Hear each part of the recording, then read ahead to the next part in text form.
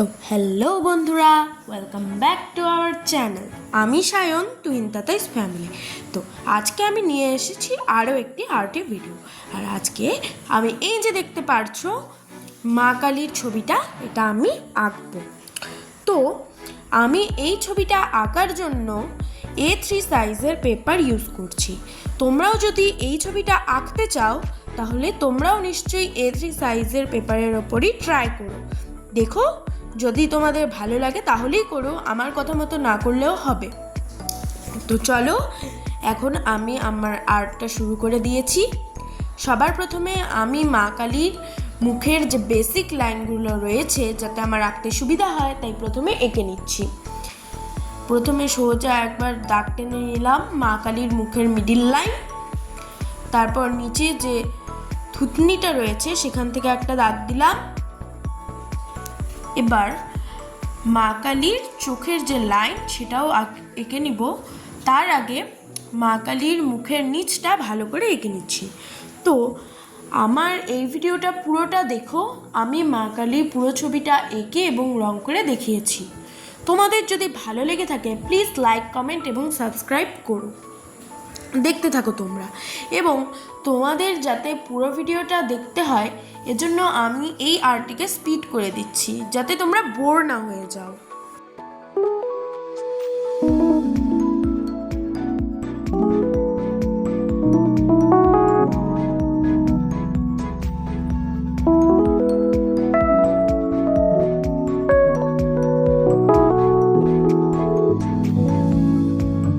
তো দেখো, আমার আর্ট করা হয়ে গেছে।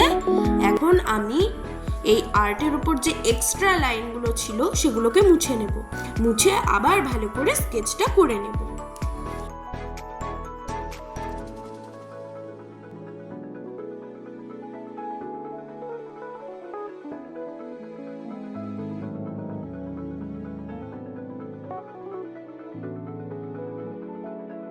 তো এই দেখো, আমার মা কালীর ছবিটা আঁকা হয়ে গেছে।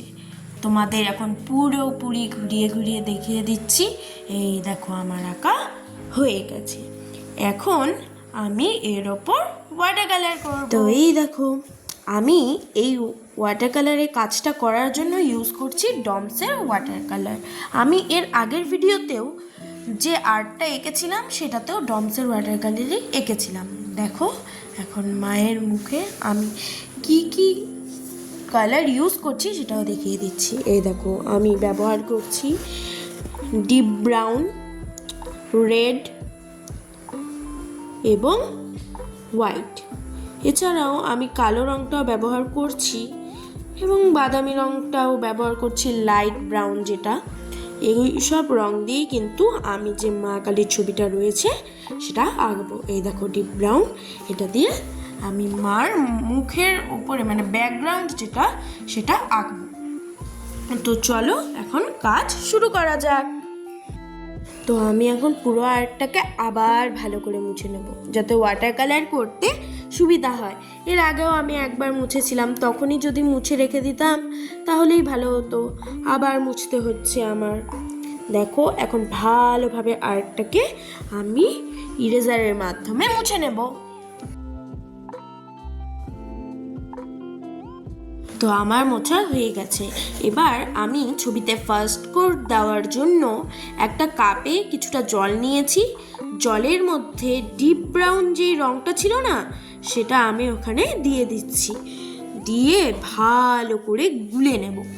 গুলে সেটাকে ছবির ওপর অ্যাপ্লাই করে দেব। দেখো, আমি রং ঢেলে দিলাম।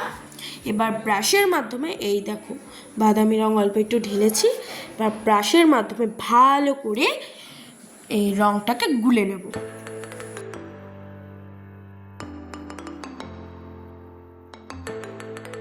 ব্যাকগ্রাউন্ডের জন্য যেই রংটা বানিয়েছিলাম সেটা আমার খুব পাতলা মনে হচ্ছিল, তাই আরও একটু রং ঢেলে সেটাকে গাঢ় করে নেব। তোমাদের ইচ্ছে মতো তোমরা রং ব্যবহার করো, ঠিক আছে?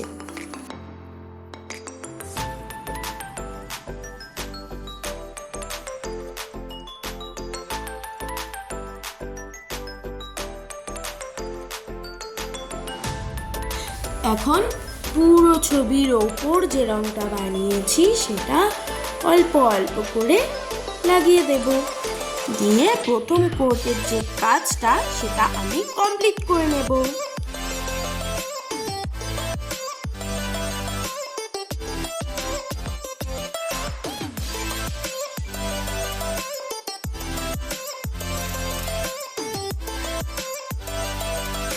তো আমার প্রথম কোট দেওয়া শেষ। ছবিটাকে কিছুক্ষণ রেখে দিয়েছিলাম শুকানোর জন্য, শুকিয়ে গেছে। এখন আমি এই যে সাদা রং দেখতে পাচ্ছো, এই যে এই সাদা রংটা মা কালীর চোখে নেব। এই যে প্যালেটে এখন কিছুটা পরিমাণ সাদা রং ঢেলে নেব।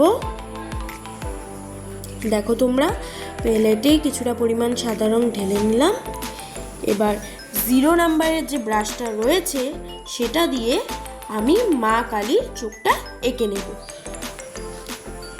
আমি এখন মায়ের চোখে আঁকবো এবং মায়ের চোখটা পুরোটা এঁকে নেব। দেখো তোমরা সবাই, এবং ভিডিওটা প্লিজ লাস্ট পর্যন্ত দেখো। এই যে দেখছো লাল রংটা, এই লাল রংটা দিয়ে এখন আমি মায়ের চোখটা এঁকে নেব।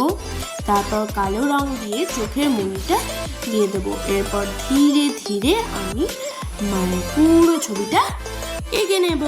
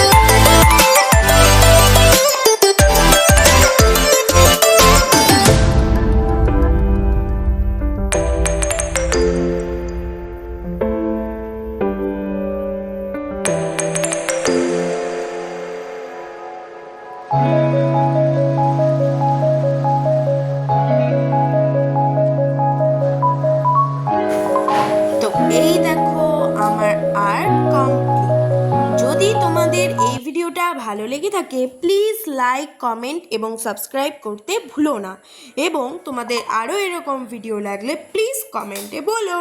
বাই।